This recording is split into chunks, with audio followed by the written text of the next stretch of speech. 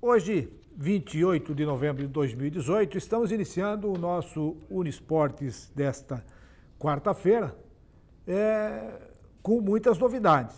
A primeira novidade é que tem um impasse lá na Conmebol, até agora não definiram, Boca e River estão brigando, mas isso aí nós vamos conversar mais à frente no programa.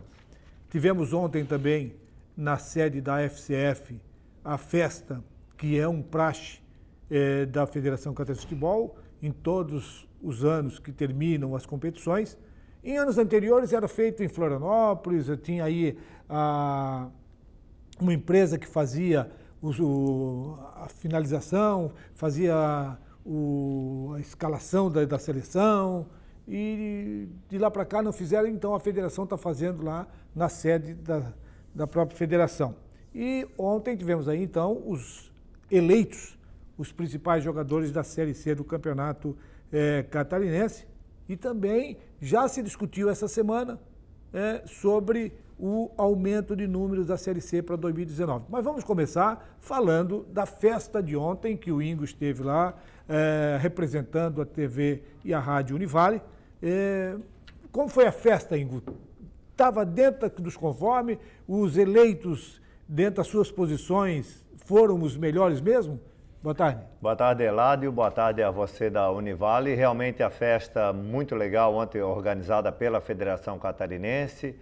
Lotou as dependências do salão da federação. A maioria dos convidados até ficou em pé lá para assistir o evento.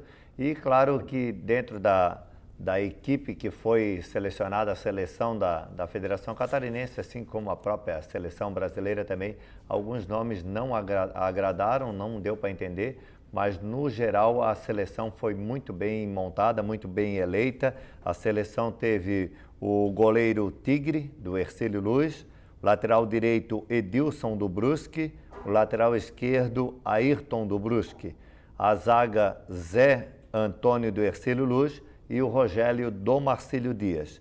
O volante, o Jonatas do Marcílio Dias e o Rudinei do Hercílio Luz. No meio-campo, Ari Moura, esse é um nome que não agradou ao consenso geral, teve jogadores que jogaram próprio Mineiro, próprio Juninho Tardelli, então não se entendeu o Ari Moura ali na seleção. E o 10, o Edno. O ataque, Conrado, do Hercílio Luz, e o Jefferson do Brusque. O Conrado e o Juninho Tardelli foram eleitos, eles são os artilheiros da Copa Santa Catarina com 5 gols cada um. O técnico foi eleito o Pingo, melhor técnico da Copa Santa Catarina, o preparador físico Jorge, também do Brusque, e o atleta destaque foi Gustavo Poff, do Figueirense, 21 anos, um garoto que realmente arrebentou na Copa Santa Catarina. Então, ontem uma festa muito legal, premiação, e hoje nas redes sociais aí o pessoal comentando muito essa seleção da Copa Santa Catarina. Então quer dizer que na seleção ficaram 2 jogadores do Marcílio Dias, Rogério, quarto zagueiro, e o Jonathan, o volante. Isso, e o artilheiro que o artilheiro que não foi nem eleição, porque foi a sua capacidade de fazer gol. Talvez aí... A máquina de fazer gol. Talvez aí a não presença dele no meio-campo da seleção, e sim o Ari Moura, até porque o Juninho Tardelli recebeu a chuteira lá como artilheiro da competição. Mas é claro que dentro da normalidade teria que ser ou o Juninho Tardelli ou o Mineiro ali naquela seleção. Mas a federação e a eleição elegeu o Ari Moura, que teve até muito tempo lesionado na Copa Santa Catarina, marcou 2 gols ali, não teve muita expressão, não. E o árbitro destaque teve? Não foi eleito o árbitro, bandeirinhas, não, apenas os atletas e os dirigentes. Tá, e um detalhe também, é o seguinte, é praxe, em todas as competições, até na Copa do Mundo, que o time campeão leve o técnico e o preparador físico como os destaques também da própria competição, que não poderia ser diferente. Né? E foi o que aconteceu. Quem foi o campeão da Copa Santa Catarina? O campeão da Copa Santa Catarina foi o Brusque. O Brusque. Entende? E o Brusque teve aí a sua participação definitiva. O Pingo, inclusive, foi agraciado como melhor técnico e já tinha um contrato firmado com o Caxias de Caxias do Sul. Então já deve estar se apresentando no Caxias. O Pingo se apresenta lá. Não sei se o Jorge também, que é o preparador físico que trabalhou com ele, ainda não temos informações se vai para o Caxias também. O que tem certo é que ele realmente vai se apresentar no Caxias e o novo técnico do Brusque, como a gente citou até no programa anterior, é o Paulo Baier, que vai se apresentar. Já se apresentou, a gente já tem fotos nas redes sociais. Começa o trabalho já essa semana lá no Brusque. Ô Igor, quer dizer que é o seguinte, você colocou aqui o destaque, Gustavo, da equipe do Figueirense. Isso me dá um entendimento, porque o Figueirense não fez uma boa competição, o Figueirense foi eliminado. Me dá a entender de que o Figueirense usou mais a base do que provavelmente jogadores formados. O Brusque já fez um time mais formado, o Marcílio Dias também, enfim, poucos clubes usaram a base como base para esta competição da Copa Santa Catarina. Talvez por isso o atleta destaque veio do Figueirense?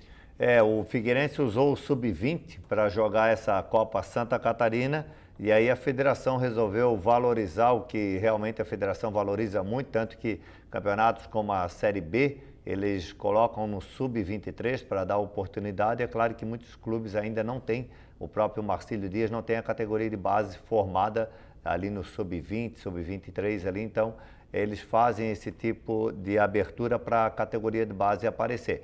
E o Gustavo Poff, realmente ele foi uma grata revelação e tem a somar no Campeonato Catarinense. Acredito que deva pertencer à equipe profissional no Campeonato Catarinense também o Gustavo, um excelente jogador. E com essa final da Copa Santa Catarina, a federação fecha, parece que tem ainda duas competições a nível de campeonato amador, estadual, que tem que fechar, são duas competições que tem para fechar, mas profissional está fechado com a Copa Santa Catarina e a federação, no seu ponto de vista, a federação melhorou ou estacionou?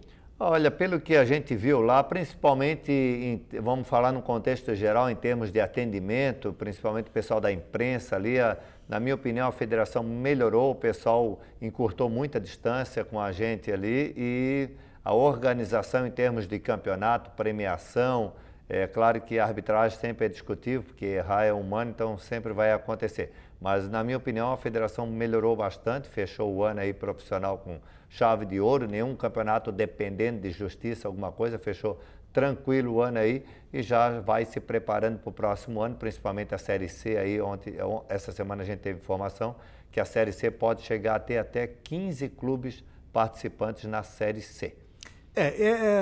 A Série C já teve ontem, inclusive antes da solenidade, teve uma reunião e já alguns clubes desse número de 15 já sentiram que aquela cartilha que você me trouxe, da federação? Que é da federação, que é o caderno de encargos, esse caderno de encargos já praticamente deu uma cortada em alguns clubes ali, que não tem a mínima condição.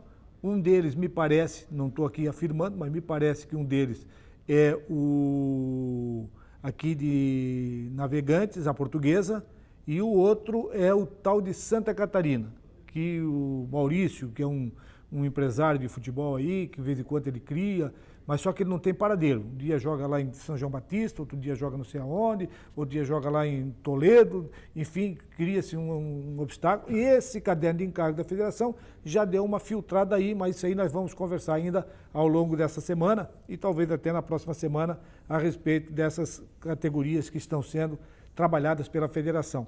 Igor, alguma informação dos clubes que vão participar do Campeonato Catarinense, da primeira divisão, que já começaram, porque o Marcílio Dias já começou as suas atividades. Mais algum clube?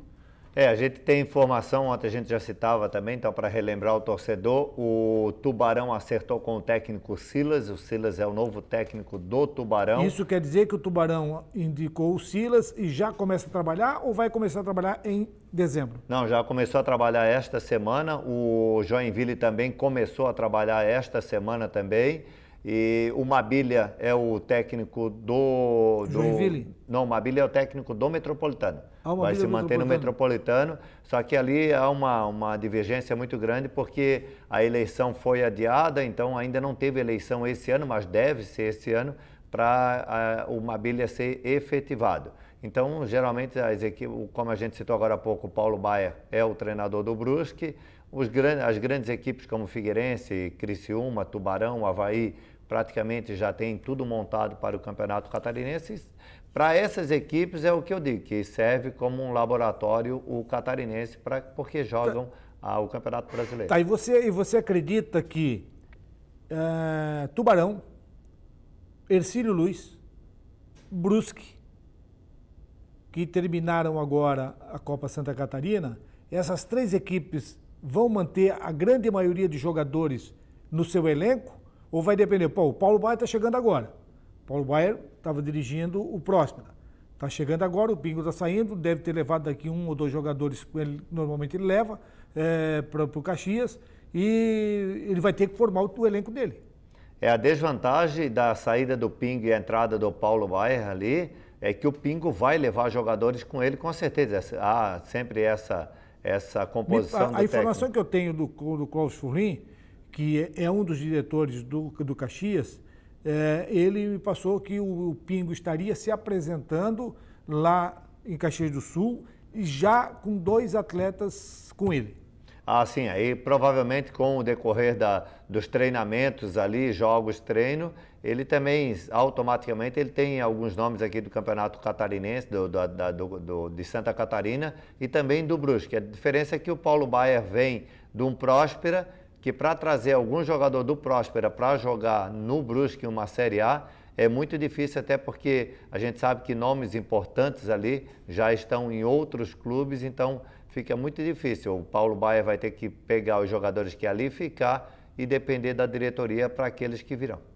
E essa queda do Joinville para a Série D do Campeonato Brasileiro mexeu com a estrutura do Joinville, ou o Joinville assimilou e vai vir para o Campeonato Catarinense com força total? O que você acha? Olha, Elado, eu hoje coloco o Joinville, infelizmente, para o Joinville eu coloco o Figueirense dentro daqueles clubes que o Marcílio vai lutar para conseguir algo a mais no Campeonato Catarinense ou para se manter na Série A do Campeonato Catarinense. Ali, juntamente com o próprio, a gente citou o Brusque, o Metropolitano, Hercílio Luz. Aí eu coloco também o Joinville. O Joinville vai fazer parte dessas equipes que vão ficar mais abaixo ali, buscando algo melhor para o catarinense e não cair para a Série B do Campeonato Catarinense. Os maiores, é claro que Chapecoense, Avaí, Figueirense, é o que eu considero as equipes superiores. Bom, nós vamos ao intervalo e na sequência vamos falar a respeito do Marcílio Dias, que tem novidades chegando, novidades saindo, muita coisa rolando, inclusive o Marcílio Dias que já começou as atividades visando 2019, que 2019. Você fica fazendo história do Marcílio, história do Barroso, começa, já vou fazer o retrocesso. Voltamos em seguidinha. Bom, estamos de volta e esse nosso segundo bloco nós temos o apoio do Restaurantes Paraty. A sua casa fora de casa, servindo almoço de segunda a sábado, com uma grande variedade de carnes e saladas. É uma comida caseira. Fica ali na Avenida 7 de Setembro, na esquina do Centro Comercial Marcílio Dias. E aqui em Itajaí, o Marcílio Dias começou as suas atividades, já apresentou o Toninho Camarão como preparador físico, o técnico é o Vaguinho, e já está tudo esquematizado. E do outro lado, na Rua Silva, que é na Rua Almirante Barroso, houve um problema lá entre a administração do gramado, que era do Almirante Barroso, e o clube náutico, o próprio clube em si. Está sabendo de alguma coisa, Ingo? Bom, o que houve lá foi uma intervenção judicial, né, entre o clube e o NEC, que é o que administra o futebol profissional lá dentro do Almirante Barroso, na parceria que foi feita, Então, o próprio Woods, que é o presidente do NEC, lá que está administrando, ele fez a prestação de conta junto ao fórum para se regularizar dessa situação, só que a juíza indeferiu a prestação de conta, até porque foi feita uma planilha com a prestação de conta e faltou anexar os documentos nessa planilha, então ela indeferiu. E aí o Hudson ficou de o mais breve possível apresentar a planilha e também os documentos anexos. Bom, e o Marcílio Dias? Marcílio Dias, já repetindo, o Toninho Camarão já está a postos, o Vaguinho. E alguma novidade, alguma saída, alguma entrada de jogadores? A preocupação do Marcílio Dias, Eládio, é manter o plantel ali fechado, poucas informações para o lado de fora, assim como os novos que vão chegar. Então, ontem houve uma baixa muito grande, um dos jogadores que eram considerados, estavam sendo considerados titular para o Campeonato Catarinense do ano que vem, o Léo Rigo. O Léo Rigo deixou o Marcílio Dias para se apresentar ao Bragantino, uma diferença praticamente tripla de salário ali para o Léo Rigo. Então, ele acabou, junto ao seu empresário, deixando o Marcílio Dias, indo para o Bragantino, lá de São Paulo. Foi a chegada também do Jean Dias no Clube Náutico Marcílio Dias, Jean Dias que é um meia, então começa a se compor o elenco ali do Marcílio Dias. E o Marcílio também vai preparando a sua estrutura, que está muito adiantada as obras ali. O gramado me agrada muito, o gramado está naquele estilo que o jogador olha e diz, olha, é um tapete. Tranquilo, ninguém está jogando, tem chovido, tenta dar aquela chuvinha. O tempo tem colaborado. O tempo tem colaborado, tem que vai ficar o gramado nos trinques. O Marcílio treinou na HPMI, que é sintético, mas já vai começar a usar o gramado do Amador aqui Itajaí, o próprio Rio do Ouro, assim, o Natalense também. Então já começa a se agregar e fica muito fechado, como eu falei, principalmente o Gama, o Gelson ali, o Marco Gama e o Gelson, porque está complicado. Mas, não adianta fechar, Ingo. Fechar, sabe como é que você fecha? Você faz o contrato e leva na federação. Aí você fechou. Aí você não tem problema. Se você não fez isso, você está esperando, vou dar mais dia, mas sim menos dia e tal, aí você se complica, porque o jogador que tem um pouco de qualidade, ele vai ser assediado por todos os clubes. Está todo mundo em formação. Está todo mundo atrás de um bom jogador. Quando eles se fecham ali com as informações sobre os jogadores que vão chegar. Porque, só um exemplo, o Marcílio Dias estava tratando com o Silas. E a gente até deu praticamente certo aqui, que o Silas seria o novo treinador no Marcílio Dias. Então era Silas. Acabou o Silas não vindo. Rapidamente o Tubarão pegou o Silas e confirmou o Silas como novo técnico. Então, a preocupação é anunciar, tá para chegar 2 atacantes, tá para chegar os laterais também. Então vai chegar esse, vai chegar aquele. Talvez eles não anunciam, porque antes de anunciar, pode um outro clube ir lá e levar o jogador, assim como foi o Léo Rigo. E um assunto também que está pipocando aí nas redes sociais e principalmente na mídia esportiva é a decisão da Libertadores. Essa decisão teve o primeiro jogo, foi adiado por causa da chuva, mas choveu que não teve jeito, a bola não andava, deu uma lâmina d'água enorme no estádio da Bombonera, e aí foi feito o jogo no dia seguinte. O empate entre as duas equipes, e foi para o segundo jogo. E esse segundo jogo seria no campo do River. E na ida houve aquele problema com a delegação do Boca.